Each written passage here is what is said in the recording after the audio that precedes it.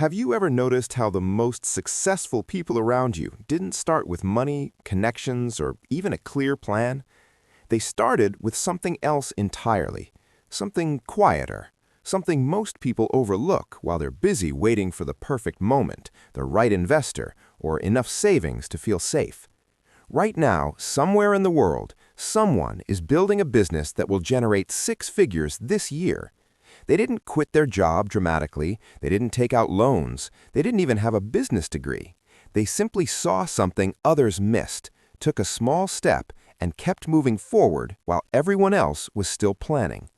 Meanwhile, talented, hard-working people stay stuck, not because they lack ideas, but because they're paralyzed by questions that feel impossible to answer. How much money do I really need? What if I'm not ready? What if I build something nobody wants? What if I waste years on the wrong thing? Here's what makes this even more frustrating. We live in the most accessible era for starting a business in human history. AI tools can handle tasks that used to require entire teams. You can reach customers globally from your laptop. The barriers that stopped previous generations have essentially disappeared. Yet most people still don't start. They wait, they research, they plan, and they watch others move ahead. What if the entire framework you've been taught about starting a business is backwards? What if you don't need capital, experience, or even a revolutionary idea? What if the real advantage belongs to those who understand a completely different set of principles? Principles that have nothing to do with risk-taking and everything to do with intelligent observation. By the end of this, you'll understand exactly how people are building profitable businesses with almost nothing, why most startup advice is designed for a completely different game, and how to think about value, money, and freedom in a way that actually works in today's economy. This isn't about hustle, it's about seeing opportunities that are invisible to everyone else. Chris Guillebeau spent years studying people who built successful businesses with minimal investment, usually under $100. Not tech startups chasing venture capital, not franchises requiring six-figure investments. Real people building real income, starting from almost nothing. What he discovered contradicts nearly everything traditional business education teaches. The timing of these insights matters more now than ever. We're living through massive economic uncertainty. Jobs that felt secure 5 years ago are being automated. Industries are being reshaped by AI faster than anyone predicted. The old path, get a degree, find a stable job, work for 30 years, simply doesn't offer the security it once promised.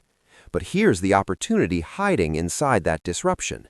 The same forces making traditional employment unstable are making small, independent businesses incredibly viable. You can test ideas in days instead of months. You can reach your first customers without spending a dollar on advertising. You can build income streams that aren't dependent on a single employer, algorithm, or platform. This book isn't about becoming a millionaire or building a unicorn startup. It's about something more practical and, for most people, more valuable. Understanding how to create freedom through small, profitable projects that actually work. It teaches you to think like someone who sees value everywhere, who understands what people truly want, and who can move from idea to income faster than the competition can finish their business plan. The core philosophy rests on a simple observation. People don't buy products or services, they buy better versions of themselves. They buy solutions to problems, shortcuts to desires, and paths to transformation. Once you understand this, everything changes. Most people approach business backwards. They think about what they want to sell, what they're passionate about, or what seems like a good opportunity. Then they try to convince people to buy it. This rarely works. The people who succeed do something completely different. They start by noticing what people already want, what they're already trying to buy, what problems they're already trying to solve. Then they simply offer it in a clearer, faster, or more accessible way. Think about the last thing you bought online that wasn't a necessity. Why did you buy it? Probably not because of the product features. You bought it because of what you imagined it would do for your life. Maybe it would save you time. Maybe it would make you feel more confident. Maybe it would solve a frustration you'd been dealing with for months. The person who sold it to you understood that desire better than you understood it yourself. This is where most people get stuck. They think they need a unique idea, something nobody's ever done before. But uniqueness is often the enemy of profit. The most successful small businesses do something that already exists, but they do it for a specific group of people who feel underserved, or they deliver it in a way that removes friction, or they communicate the value so clearly that buying feels obvious. Consider what's happening right now in the online education space. Thousands of people are building six-figure businesses teaching skills they learned just a few years ago. They're not the world's leading experts. They're not academics with decades of research. They're simply 2 or 3 steps ahead of their customers, which is exactly the right distance. Close enough to remember the struggles, experienced enough to offer a clear path forward. Why does this work? Because people don't want to learn from untouchable geniuses. They want to learn from someone who recently solved the exact problem they're facing. Someone who speaks their language, someone whose success feels achievable, not intimidating. Here's a real example from 2024. A software engineer who learned to use AI coding tools quickly realized that other developers in his field were overwhelmed by the pace of change. He created a simple weekly email breaking down one AI tool, how it works, and exactly how to integrate it into real projects. He charged $20 a month. Within 6 months, he had 400 subscribers. That's $8,000 monthly from something he built in his spare time with 0 startup costs. He didn't invent anything. He didn't have special access. He simply noticed a gap between what existed and what people needed, then filled it in the clearest possible way. This is the pattern that repeats across every successful $100 startup. See what people want, offer it simply, charge fairly, deliver quickly. But there's a deeper principle at work here, one that separates people who build sustainable businesses from those who launch and fizzle out within months. It's about understanding the difference between passion and usefulness. We've been told for years to follow our passion, to do what we love and the money will follow. This advice has probably destroyed more businesses than it created. Passion is personal. The market doesn't care about your passion. The market cares about solutions, transformations, and relief from pain points. The most profitable small businesses exist at the intersection of 3 things: a skill you can develop relatively quickly, a group of people actively looking for help, and a willingness to actually sell what you create. Miss any of these 3 things and you'll struggle indefinitely. Let's break this down with a modern case study. In 2025, a graphic designer noticed that small AI startups were launching constantly, but had terrible visual branding. They had good products, but looked amateurish, which hurt their credibility. She didn't create a full branding agency. Instead, she created a productized service. 1-week brand refresh for AI companies, fixed price, limited spots per month. She knew how to do the work. There was clear demand. She wasn't afraid to reach out and sell. Within 3 months, she was fully booked at $5,000 per project, running 4 projects per month. $20,000 monthly from something she built in her spare time with 0 startup costs. She didn't invent anything. She didn't have special access. She simply noticed a gap between what existed and what people needed, then filled it in the clearest possible way. Now ask yourself, what do you notice that others don't? What problems do you hear people complaining about repeatedly? What tasks are people willing to pay for right now? Not someday when they have a bigger budget, but right now because the pain is acute. These questions matter more than passion, more than uniqueness, more than innovation. They matter because they point you toward real money, real customers, and real businesses that can start this week, not next year. But seeing the opportunity is only the beginning. Most people get stuck at the next phase. They don't know how to test an idea without wasting months or burning through savings. This is where the $100 startup framework becomes incredibly practical. Traditional business advice tells you to write a business plan, do market research, develop your product fully, and then launch. This is insane. It's slow, expensive, and based on assumptions that might be completely wrong. The smarter approach: offer something small immediately, see if anyone buys, then improve based on real feedback. This is called rapid validation, and it's how every successful lean startup operates today. You don't build the complete vision, you build the smallest version that delivers value, offer it to real people, and learn from their response. If they buy, you've validated demand. If they don't, you've learned something valuable without losing months of your life. A freelance writer in 2024 wanted to offer content strategy services to B2B companies. Instead of building a website, creating case studies, and developing a full service offering, she wrote one detailed content strategy for a company she admired, sent it to them for free, along with an offer to implement it for $2,000. They hired her immediately. She used that as her first case study and repeated the process. Within 2 months, she had 3 clients and $6,000 in monthly revenue. 0 startup costs, no website, no branding, just value offered clearly to people who needed it. This is how real businesses start, not with perfect preparation, but with enough confidence to offer something and see what happens. The psychological barrier here is massive. We've been conditioned to wait until we're ready, until everything is perfect, until we have credentials or experience or validation. But the market doesn't reward readiness, it rewards helpfulness. If you can solve a problem someone has right now, they don't care about your resume, they care about results. Here's where modern tools create an unfair advantage. You can build a professional-looking landing page in an hour with free tools. You can reach your exact target customer through organic social media or communities without spending $1. You can even process payments globally with platforms that take a small percentage but require no upfront fees.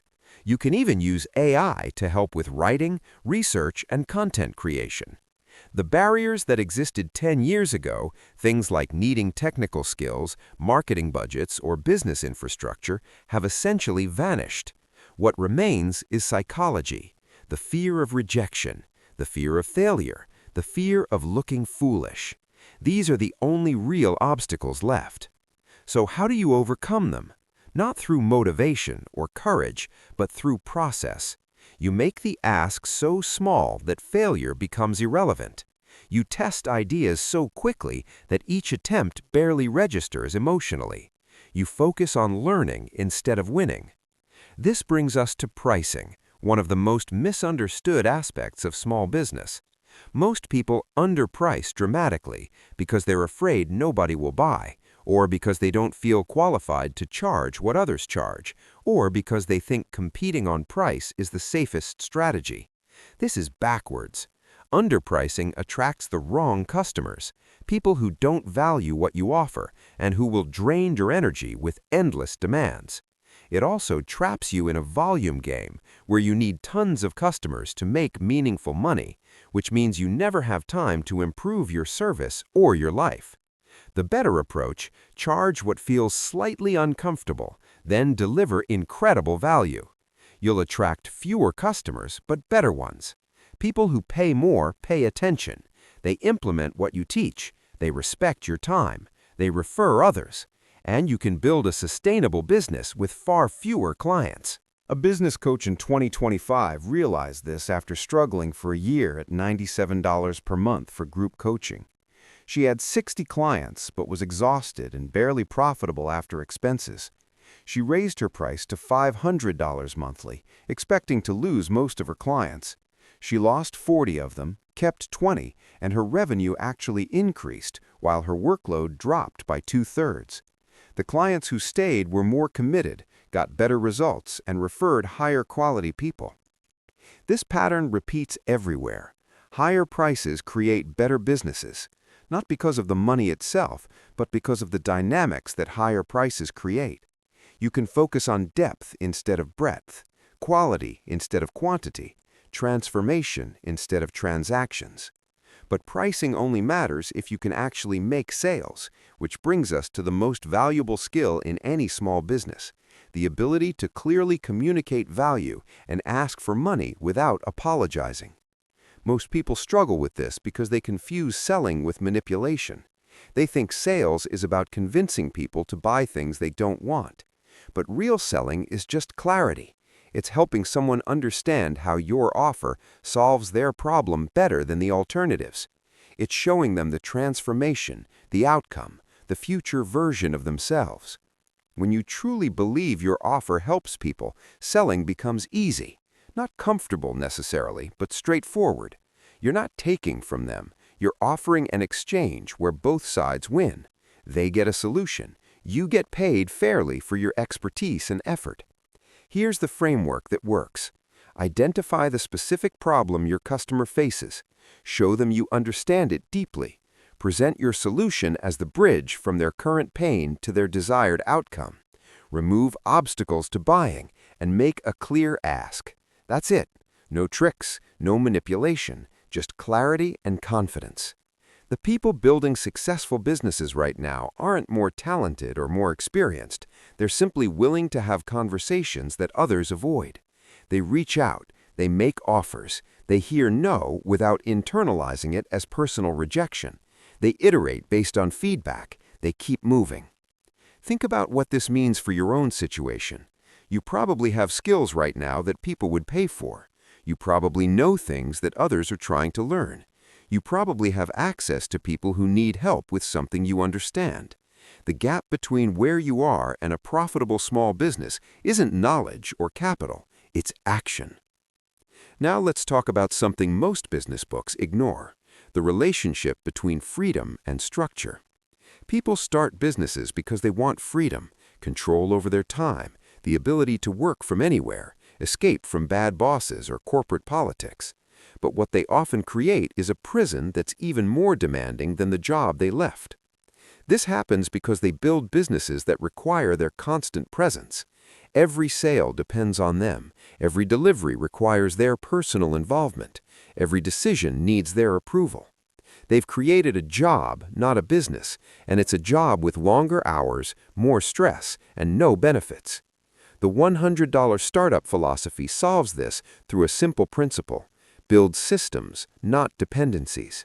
From day one, think about how each part of your business could eventually run without you. This doesn't mean automation from the start. It means making choices that create options later. For example, instead of offering custom consulting where every client needs personalized attention, you might create a framework or system you use with every client. The framework does most of the work. You facilitate and adjust, but you're not creating everything from scratch each time. This approach means you can eventually train someone else to deliver your framework, or turn it into a course, or license it to others. A career coach in 2024 understood this perfectly. Instead of offering hourly coaching sessions, which would cap her income at whatever she could physically deliver, she created a 12-week program with specific modules, exercises, and milestones. The structure was the same for everyone. She customized the guidance, but not the framework. Within a year, she hired 2 other coaches, trained them on her system, and tripled her revenue while working fewer hours. This is the difference between building a business and building a lifestyle. A business requires your constant input. A lifestyle generates income while giving you space to think, create, and live. The irony is that the lifestyle approach often generates more income because it's designed to scale from the beginning. But scaling doesn't mean building a huge company with employees and overhead. For many $100 startups, scaling means serving more people without proportionally increasing your time investment. It means charging prices that reflect the value you create, not the hours you work. It means saying no to opportunities that don't fit your vision, even when they seem profitable. This requires a different kind of discipline, the discipline to stay small, the discipline to resist complexity, The discipline to focus on what actually matters instead of chasing every shiny opportunity. Consider the trap that catches most growing businesses. They start making decent money, then immediately add costs, better office space, new equipment, marketing expenses, contractors. Each addition makes sense in isolation, but together they create a more complex, more fragile operation that needs higher revenue just to break even. The smarter path. Keep costs minimal as revenue grows. Bank the difference. Build reserves. Create breathing room. This gives you the freedom to experiment, to say no to bad-fit clients, to take time off without financial panic. It's not about being cheap. It's about staying flexible and maintaining the freedom that made you start a business in the first place. A web developer in 2025 exemplified this approach perfectly. He built a six-figure business designing websites for small businesses, all while working from a laptop in various countries. No office, no employees, no expensive tools.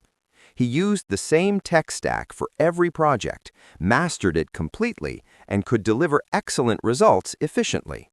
His profit margin was over 80% because his costs were so low. When clients asked why he didn't have a bigger team or fancier process, he simply explained that simplicity allowed him to focus on their results instead of managing complexity. This brings us to another crucial insight: the power of constraints.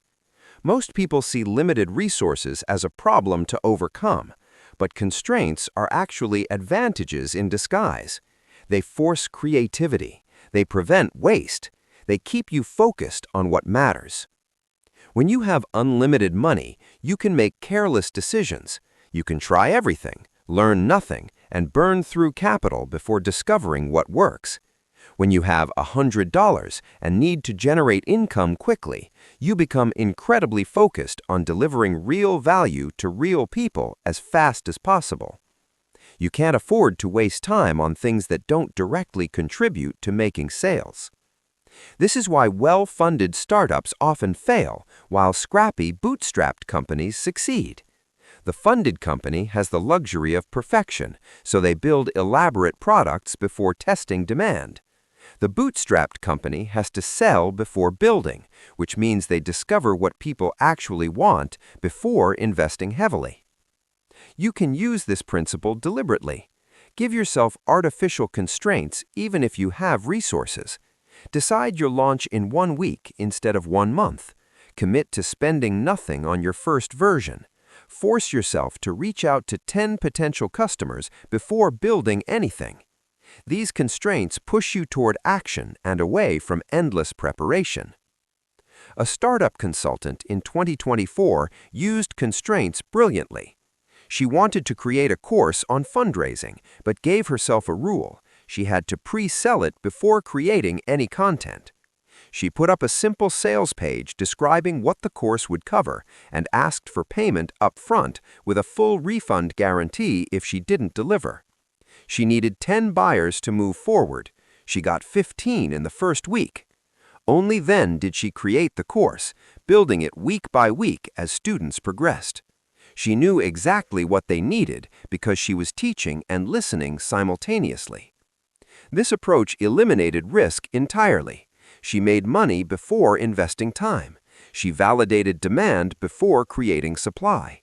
She learned what students actually needed instead of guessing, all because she used constraints as tools instead of obstacles. Now let's address the elephant in the room. What about competition?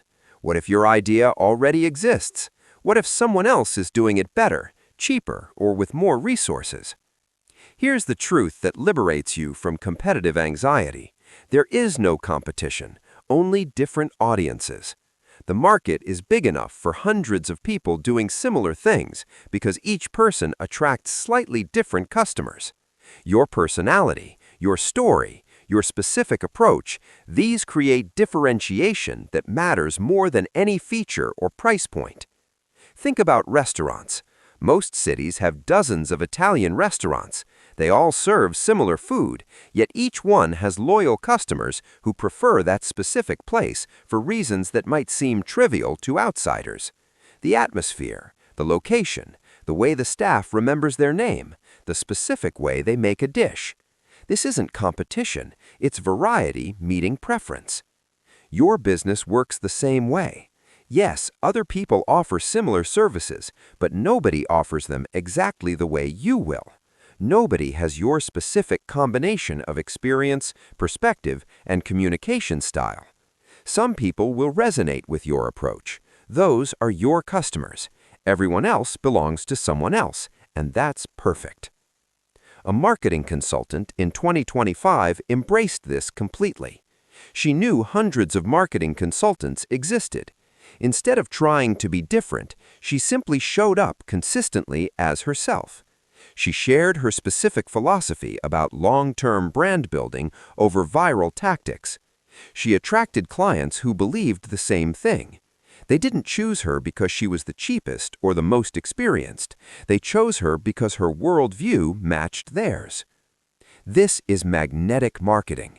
You don't chase everyone. You speak to your specific people in a way that makes them think, finally, someone who gets it. This approach feels risky because you're deliberately excluding people, but exclusion is how you create attraction. The tighter your message, the stronger the pull for the right people. So how do you find these people? How do you reach them without spending thousands on advertising? This is where modern businesses have an almost unfair advantage. You can find your exact target audience hanging out in online communities, forums, social media groups, and platforms designed around specific interests. Want to help freelance designers? They're in specific Discord servers and subreddits. Want to serve real estate investors? They congregate in certain Facebook groups and Twitter communities. Want to reach new parents? They're asking questions in parenting forums and Instagram communities. Your job isn't to create attention from scratch. It's to show up where attention already exists and be genuinely helpful. A parenting sleep consultant in 2024 built her entire business through Reddit. She spent 30 minutes every morning answering questions in parenting subreddits. She never sold directly. She just provided valuable advice. Her profile mentioned she was a sleep consultant, with a link to her website. Parents who found her answers helpful would click through, read more, and many became paying clients. Zero ad spend, just consistent value in places her ideal customers were already spending time. This strategy works because it's based on trust, not interruption. You're not forcing your message into someone's day. You're showing up where they're already seeking help and proving you can deliver value. When they're ready to invest in a solution, you're the obvious choice because they've already experienced your expertise. But let's be honest about the emotional journey of starting. The first sale is terrifying. Asking someone to pay you money for something you created feels vulnerable in a way that's hard to describe. You worry about rejection. You worry about not delivering enough value. You worry about looking foolish or presumptuous. These feelings are universal. Every successful entrepreneur felt them. The difference is they moved forward anyway, not because they were confident, but because they understood that the only way to build confidence is through action. You can't think your way to courage. You have to act your way there. The first sale proves something crucial. Your offer has value. Someone was willing to exchange money for what you created. That's validation more meaningful than any amount of planning or research. Once you make that first sale, the second one is easier. The 10th one is routine. Eventually, you stop being surprised that people pay you and start being surprised at how long you waited to start. Here's a mental model that helps. Think of your business as a series of experiments. Each offer is a test. Each conversation is data. Success and failure are both useful information. This perspective removes the emotional weight from outcomes. You're not succeeding or failing. You're learning what works and what doesn't. Every result moves you forward.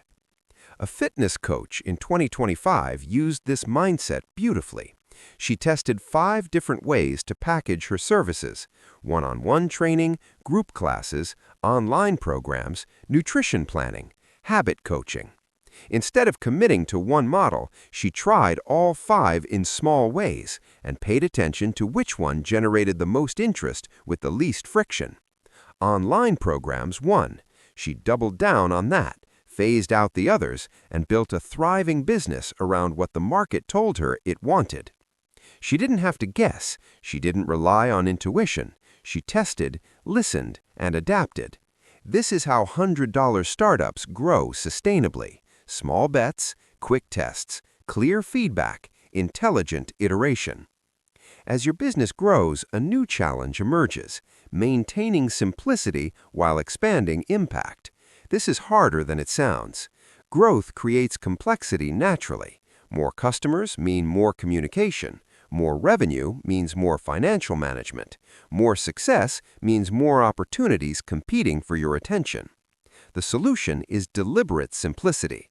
Regularly ask yourself, what can I eliminate? What can I automate? What can I systematize?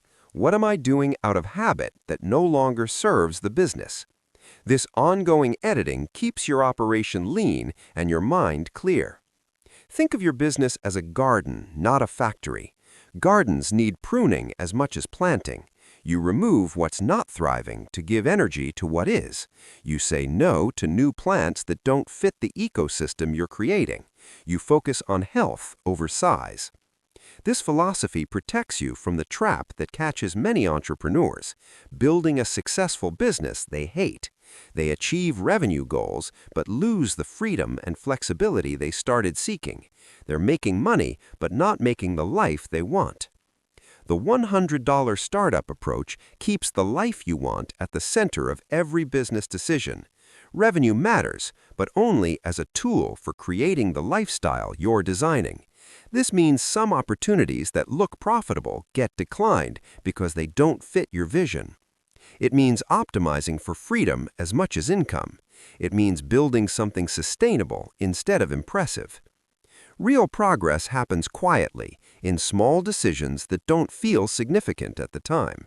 Reaching out to one potential customer, publishing one offer, testing one idea. These actions feel insignificant, but they compound into businesses, income, and freedom that most people only dream about. The path is simpler than you think. See what people need, offer it clearly, charge fairly, deliver value, repeat. That's the entire system. Not complicated, just uncomfortable enough that most people never do it. But you're not most people. You're someone who stayed through this entire conversation, which means you're serious about change. You understand that waiting for perfect conditions is just another form of giving up. You know that real opportunity belongs to those who move while others hesitate. The world doesn't need another perfect business plan. It needs you to start, to serve, to solve problems that you can see clearly right now. Your next customer is already out there, already looking for exactly what you can offer. The only question is whether you'll help them find it. Everything changes when you realize you don't need permission, credentials, or capital to begin. You just need to take the first step, learn from what happens, and keep moving forward. That's how every successful $100 startup began. That's how yours can begin too. The barriers you imagine are mostly psychological. The resources you need are probably already in your possession. The knowledge you're missing will come through doing, not more planning. Start this week, not next month, not when conditions are perfect, this week. Offer something small to someone who needs it. See what happens. Learn from the response. Adjust and try again. That's the entire process. Simple, uncomfortable, and absolutely proven to work for thousands of people who had nothing more than you have right now.